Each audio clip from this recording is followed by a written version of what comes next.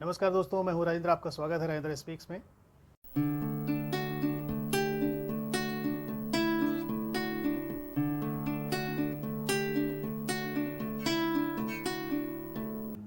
दोस्तों, आज के वीडियो में मैं आपके लिए लाया हूं एक और अच्छी कहानी।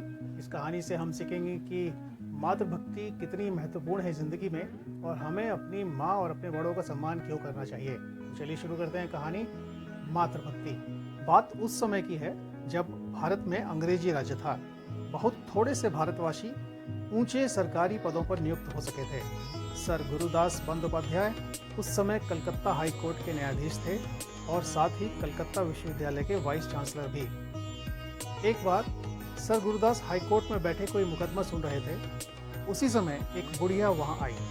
उस बुढ़िया ने बचपन में सर गुरुदास को दूध पिलाया था। वो उनकी ढाई थी। अब अपने देहात में चली आई थी। बहुत वृद्ध हो गई थी। बहुत दिनों से वह कलकत्ते नहीं आई थी। इस बार ग्रहण पड़ने से वह गंगा स्नान करने के लिए कलकत्ते आई थी। गंगा स्नान करने के बाद उसके मन में आया कि अपने गुरुदास से मिलती जाऊं। लोगों से पूछती पूछती वो हाई कोर्ट चली आई थी। देहात की एक गरीब बुढ़िया मैले कपड़े पहने आई थी। गंगा स्नान करके भी उसके कपड़े भीगे थे। उसने सूखे कपड़े भी नहीं पहने थे। हाई कोर्ट का चपरासी उसे कमरे के भीतर नहीं जाने दे रहा था और वो उससे हाथ जोड़कर कह रही थी, भैया मुझे अपने गुरुदास से मिल लेने दो, मैं इतनी दूर से उससे मिलने आई हूँ। अचानक सर गुरुदास की दृष्टि दरवाजे की ओर चली गई और वे न्यायाधीश के आसन से झटपट खड़े हो गए। उनके आते ही देखकर चपरासी एक ओर हट गया। सर गुरुदास ने भूमि में लेटकर उस मैली कुचैली गरीब बुढ़िया को दंडवत प्रणाम किया। उनके पैर छुए। सब लोग हक्के बक्के से देखते रह गए। देहाती बुढ़िया क्या जाने कि हाई कोर्ट क्या होता है और जज क्या होता है।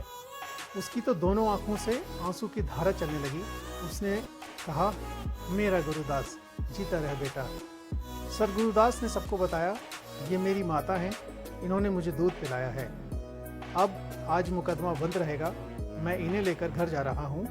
उस बुढ़िया को जस्टिस सर गुरुदास आदरपूर्वक अपने घर ले गए। वहाँ उन्होंने उनका खूब आदर सत्कार किया। दूध पिलाने वाली धाय भी माता ही है। जो इतने बड़े जज होकर धाय का भी इतना आदर करते थे, वे सर गुरुदास अपनी माता स्वर्णमयी देवी का कितना आदर करते होंगे।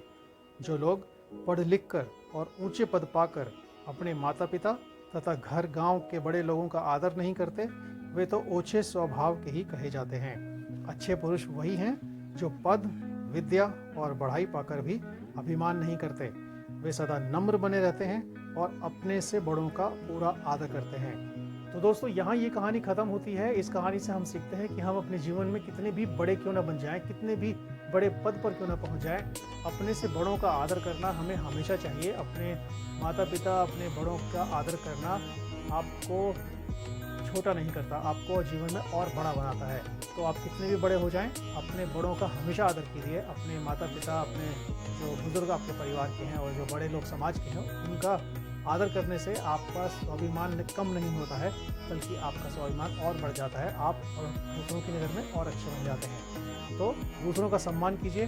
और मातृभक्ति, इस कहानी से हम ये भी सीखते हैं कि माता, चाहे अपनी जन्म देने वाली माता हो, चाहे धाय माँ हो या कोई वृद्ध महिला ही हो, उसका स्थान जीवन में हमेशा बहुत ऊंचा होता है।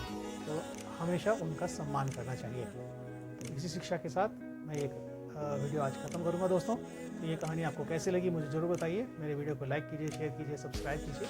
तो चलिए अगले वीडियो में फिर आपसे मिलूंगा। नमस्कार।